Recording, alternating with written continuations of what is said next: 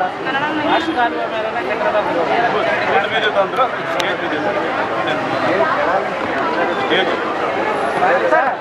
ಕಟ್ಟಡ ಐತೆ ಓಕೆ.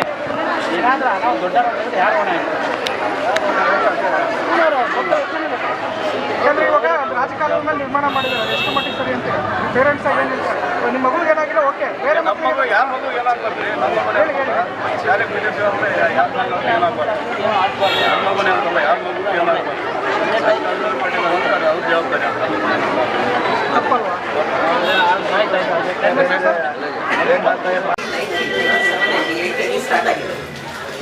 ನಿಲ್ಲುವವರೆಗೂ ಒಂದು ಚೂರು ಇನ್ಸಿಡೆನ್ಸ್ ಏನೂ ಆಗಿಲ್ಲ. ಟುಡೇ ಏನಾಗಿದೆ, ಪ್ರೇಯರ್ ಆಯಿತು 9:45 to 10 ತನಕ ಪ್ರೇಯರ್ ಆಯಿತು. ಪ್ರೇಯರ್ ಆದಮೇಲೆ ಒಂದು ಮ್ಯಾಜಿಕ್ ಶೋ ಬಂದಿದ್ದರು, ಶೋ ತೋರಿಸೋಕ್ಕೆ. ಅವಾಗ ಏನಾಯಿತು, ಪ್ರೇಯರಲ್ಲಿ ಮಕ್ಕಳೆಲ್ಲ ಹೊರಗಡೆ ಕೂತ್ಕೊಂಡಿದ್ರು. ಅದಾಫಿ ಸಡನ್ ಮಳೆ ಬಂತಲ್ಲ, ಮಕ್ಕಳೆಲ್ಲ ಒಂದೇ ಸಲ ಈ ಸ್ಟೇಜ್ ಮೇಲೆ ಹತ್ಬಿಟ್ಟು, ಹಾಗಾಗಿ ಈ ಸ್ಟೇಜ್ ಸ್ವಲ್ಪ ದಟ್ಸ್ ಆಲ್. ಆಗಲೇ ಯಾರಿಗೂ ಏನು ಜಾಸ್ತಿ ಆಗಿಲ್ಲ, ಜಸ್ಟ್ ಈ ಸ್ಕ್ರ್ಯಾಚಸ್ ಆಗಿದೆ, ಅದೊಂದು ಸ್ವಲ್ಪ ಆಗಿದೆ. ಯಾಕಂದರೆ ಮಕ್ಕಳು ಓಡುವಾಗ ಆಮೇಲೆ ಅದೆಲ್ಲ ಸ್ಕ್ರ್ಯಾಚಸ್ ಆಗುತ್ತೆ, ಕಾಲಿಗೆ ಕೈಗೆ ಸ್ವಲ್ಪ ಸ್ಕ್ರ್ಯಾಚಸ್ ಆಗಿದೆ ಅಷ್ಟೇ, ಅದರ ಮೇಲೆ ಏನೂ ಆಗಿಲ್ಲ. ಸೀರಿಯಸ್ ಇನ್ಸಿಡೆನ್ಸ್ ಏನೂ ಆಗಿಲ್ಲ. ಎಷ್ಟು ಜನ ಹಾಸ್ಪಿಟಲ್ ಅಲ್ಲಿಂದಾನೆ ಪೇರೆಂಟ್ಸ್ ಫಸ್ಟ್ ಏಡ್ ಆದಮೇಲೆ ಸ್ಟೇಜ್ ಮೇಲೆ ಟೋಟಲ್ ಎಷ್ಟು ಜನ ಮಕ್ಕಳು ಟೋಟಲ್ ಎಷ್ಟು ಜನ ಮಕ್ಕಳಿದ್ದು ಸ್ಟೇಜ್ ಮೇಲೆ ಏನು ಹೇಳಕ್ಕಾಗಲ್ಲ. ಯಾಕಂದ್ರೆ ಪ್ರೇಯರ್ ಅಲ್ಲಿ ಫುಲ್ ಹೊರಗಡೆ ಇದ್ರು, ಆಲ್ ಆಫ್ ಸಡನ್ ಮಳೆ ಬಂದಾಗ ಹೊರಗಡೆ ನುಗ್ಬಿಟ್ರು ಸ್ಟೇಜ್ ಮೇಲೆ. ಹಾಗಾಗಿ ಅದು ಬೇಟಿಗೆ ಏನು ಇದಾಗಿದೆ ಅಷ್ಟೇ, ಜಸ್ಟ್ ಕುತ್ಕೊಂಡ್ಬಿಟ್ಟಿದೆ ಸ್ಟೇಜ್ ಅಷ್ಟೇ.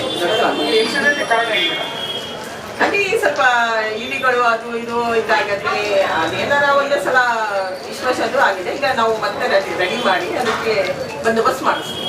ಸ್ಟೇಜ್ ಕುಸಿದ್ರೆ ಹತ್ರ ಚರಂಡಿನೇ ಚರಂಡಿ ಕಾಣ್ತಾ ಇದೆ, ಪಕ್ಕದಲ್ಲೇ ಇದೆ ಚರಂಡಿ. ಚರಂಡಿಗೆ ಏನಿಲ್ಲ, ನಾವು ಇದು ಹಾಕಿದೆ, ಬೀಮ್ ಎಲ್ಲ ಹಾಕಿ ಅದರ ಮೇಲೆ ಕುತ್ಕೊಳ್ಳೋದು. ಈಗ ಮತ್ತೆ ಅದರ ಮೇಲೆ ಕಬ್ಬಣ ಎಲ್ಲ ಹಾಕಿ ದಪ್ಪ ದಪ್ಪ ಕಬ್ಬಣ ಹಾಕಿ ಅದರ ಮೇಲೆ ಹಾಕಿಸಿ ಹಾಕಿಸ್ತೀವಿ. ಚರಂಡಿ ಮೇಲೆ ಇದೆ ಸ್ಕೂಲು? ಇಲ್ಲ, ಪಕ್ಕದಲ್ಲೇ ಹಿಂದೆ ಇದೆ, ಹಿಂದೆ ಚರಂಡಿ ಇದೆ. ಅದು ನಮ್ಮ ಬೀಮ್ ಮೇಲೆ ಕುತ್ಕೊಂಡಿರೋದು ಸ್ಟೇಜ್. ಅದು ಚರಂಡಿ ಪಕ್ಕದಲ್ಲಿ ಇದ್ರೆ ನಿಮ್ಗೆ ಗೊತ್ತಲ್ಲ, ಇಲಿಗಳು ದಪ್ಪ ದಪ್ಪ ಇಲಿ ಅದು ಇದು ಬಂದು ಅದು ಹೋಲ್ಸ್ ಮಾಡಿಬಿಡುತ್ತೆ, ಲೂಸ್ ಆಗುತ್ತೆ. ಅದು ನಮಗೆ ಗೊತ್ತಿರಲ್ಲ.